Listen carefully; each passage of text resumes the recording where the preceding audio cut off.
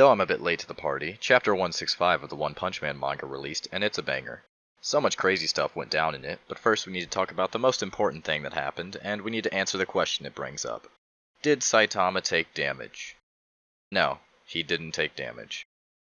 For some reason, a lot of people were thinking that Saitama took damage because we see his face contort here when he and Garou clash with their fist, and they think that here is the mark of a nosebleed, and possibly on his gloves too.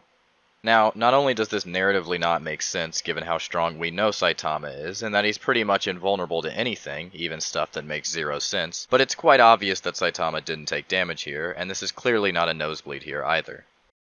The biggest piece of evidence is the fact that throughout the fight Saitama is not caring whatsoever, literally telling Garou that he's talking like a bad guy right before he gets instantly stomped. And also Saitama literally only caring about his clothes, not paying any mind to Garou.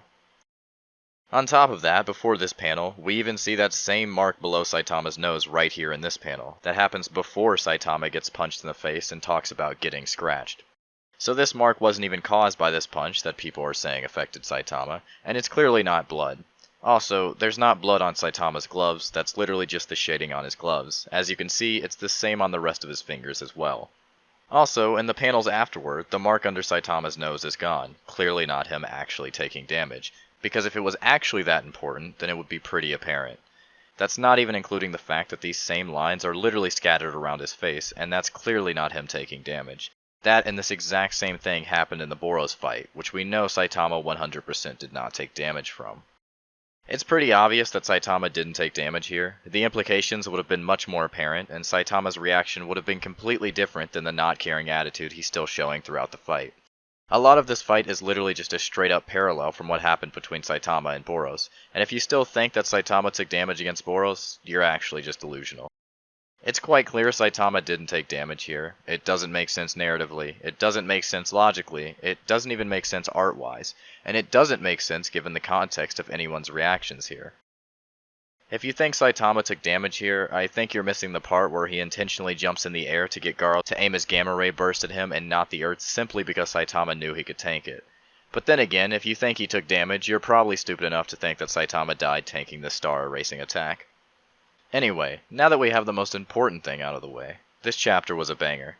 Garou apparently gained the knowledge of the flow of all the energy and behavior of all the forces in the universe, uses his all-life eradication fist nuclear fission attack, which literally causes an actual nuclear explosion, all of which Saitama tanks. We get this amazingly animated panel from Murata of Saitama and Garou fighting with their silhouettes lit up in the clouds. We get Saitama complaining about his outfit being messed up, Garou not understanding how Saitama could be caring about that right now, Garou just being weird and then going mode Saitama, which makes Saitama go what the fuck. Garou uses consecutive normal punches, Saitama returns the same attack to counter, they clash into a huge explosion, they smash into each other's faces, Saitama, similar to the Boros fight, gets into a situation where he can't breathe, Garou talks about how Saitama is probably going crazy thinking about the fact that this is the first time he's been in a situation where someone mashed him in an exchange of blows, then it cuts to Saitama complaining about getting scratched, and the idiots reading this take this as Saitama complaining nonchalantly about taking damage for the first time ever, while anyone who can read the room sees that Saitama is clearly just upset about his clothes and not even fazed one bit. He's still not even concerned that he can't beat Garou or outmatch him in an exchange of blows. Then Garou uses a gamma ray burst because that's definitely a martial arts technique I guess, and Saitama jumps into the air to keep it from grazing the earth, and now power scalars are in shambles because Saitama just noticed and tanked a large star level attack that was actually literal because one in Murata included this panel about how a gamma ray burst is an explosion that occurs at the end of the life of a massive star and is the largest and most powerful explosive phenomenon that has ever been confirmed in the universe.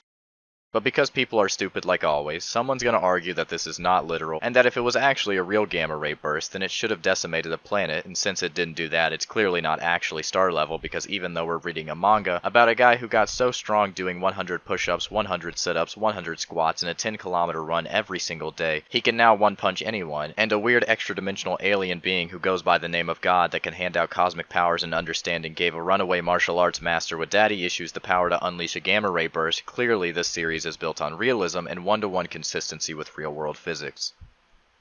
But yeah, the scale of these fights is approaching the power creep levels of Dragon Ball levels if it continues at this exponential rate. Small reminder that Saitama beats Goku and Garou's not far behind it and clapping Goku either. Anyway, it cuts back to the heroes and a My Mask realizes that Monaco is there, and Flashy Flash protects Best Girl. Then Garou shows up, and the tension builds for the Garou vs S-Class beatdown, and Garou sees himself as absolute evil. He then thanks God and cries galaxies. Then it shows how Garou told God to get ripped, but even though Garou barely touched God's hand, Garou still got a power up and is now the avatar of God, and Garou exclaims that it's time to conduct evil. So this chapter was absolutely insane. My thoughts are just that this was awesome and I can't wait to see more. Spoiler alert, Saitama is definitely going to beat Garou, and I know I'm ruining it for all the people who think Garou is stronger than Saitama right now, but it's clearly true. I'm thinking we're going to get Blast and crew coming to intervene after Garou knocks out the rest of the remaining heroes, and maybe possibly we'll get a Garou vs Boris battle. If not that, maybe a tease. Maybe Saitama returns and fends off the S-Class and or Blast crew from killing Garou, even though Garou is the avatar of God, but that's just my theory. I think they did a good job at raising the stakes by momentarily blasting Saitama out of the fight instead of having him in the background while the other heroes just get blasted. It was a smart change from the webcomic wherein Saitama was kind of just there. Now there's an actual excuse as to why he's taking his time to get back. Of course, if they want to go crazy, they could have Saitama be blasted to Mars or out of the galaxy. That would be fun. But I guess we'll see where he's at next chapter, or in a few, while Garou wipes out the remaining heroes. But overall, amazing chapter. What do you guys think is going to happen? Did Saitama take damage and I'm just a fanboy? What are your guys' thoughts? Leave a like and a comment below. It helps out a lot, and I really hope you guys have a great day.